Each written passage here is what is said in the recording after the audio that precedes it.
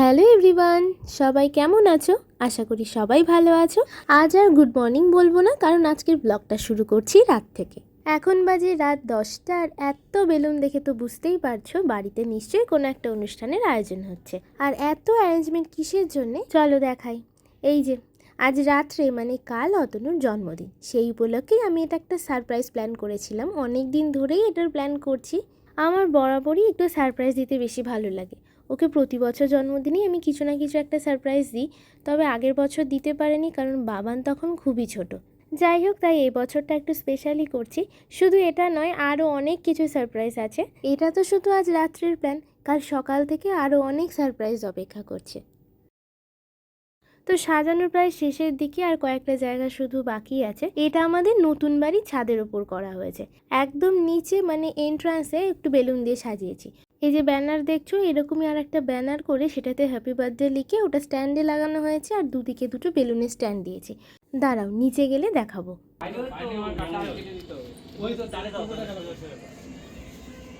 আজকে 12টার সময় সেলিব্রেট হবে। কাল ভিডিও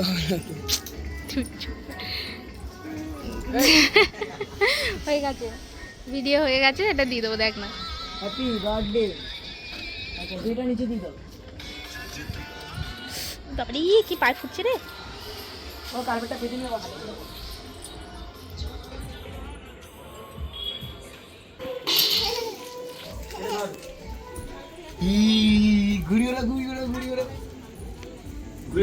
বাবানকে আগেই খাইয়ে নিয়েছি, জানি এরপর তাড়াহুড়োতে আর সময় পাবো না। যাই হোক, ওরা এদিকটা এবার করতে থাকুক, আমি এ ফাঁকে রেডি হয়ে নিই। চলো, একেবারে দেখা হচ্ছে রাত 12টায়।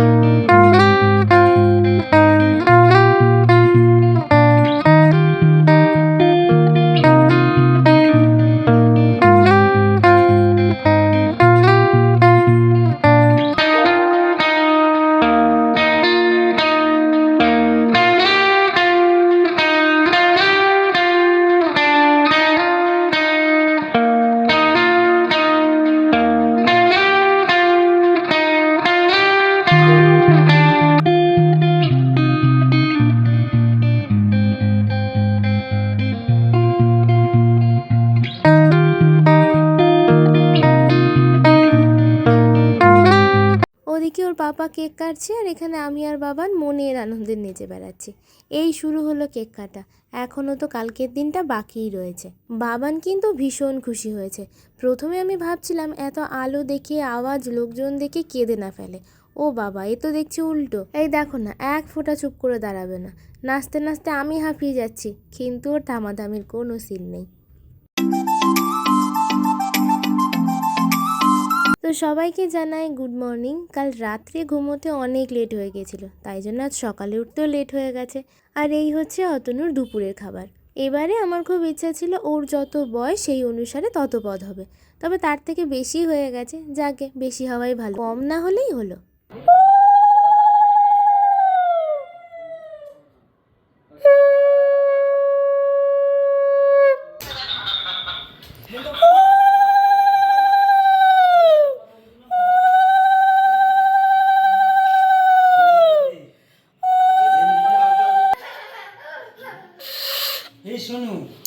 এই হলো আর একটা সারপ্রাইজ। এখানেও ওর যত বছর বয়স ততগুলোই গিফট রাখা আছে। অনেক কষ্ট করে করে জোগাড় করতে হয়েছে, জানো তো। তবে এই সমস্ত বুদ্ধি শুধু আমার একার নয়, আমার পাড়ার ভাইরা আমাকে ভীষণ সাহায্য করেছে। এই সমস্ত রকম অ্যারেঞ্জমেন্ট থেকে বলো, গিফট জোগাড় করার সব কিছুতে ওরা আমাকে প্রচুর হেল্প করেছে। আর তার সাথে বাবান তো আছেই। এই দেখো না, এখনও ওর কাজ শেষ হয়নি।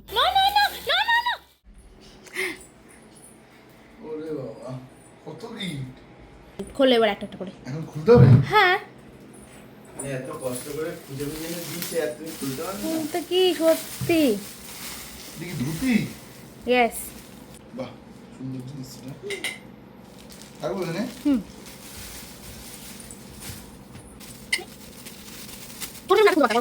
কি স্পাইক? ইয়েস। ফুটবল কখন খেলতে? জানি না। তোমার পুরো গেলে বুটটা ছিঁড়ে গেছে না?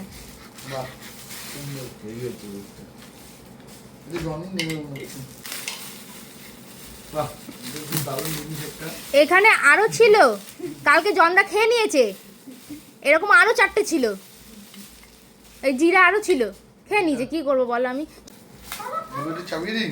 হ্যাঁ। বাহ, শিলা হ্যালো, দারুণ। নেক্সট। আমি এত খরচ করে দিলাম, তো নমিনি না করতে হবে না। করি না কি? ঘুরতে যাও। হ্যাঁ, কত কি? বড়টা পরে, ছোটগুলো আগে। এটা পারফেক্ট। বলে দেখি। এই যে না, কি পারফিউম। তাই? হ্যাঁ। তোমার তাতে হলে তোমার জন্য 2 লাখ টাকা তোমার ক্যাশ দিয়ে দেবো। তাও কম হয়ে যাবে। এটা কি? ও ক্যাডবেরি। ক্যাডবেরি খুলতে থাকো।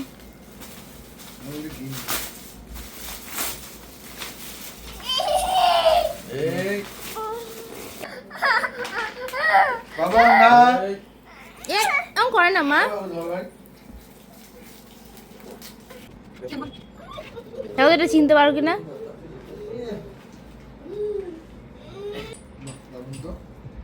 ভালো, এটা তোমার খুব পছন্দের।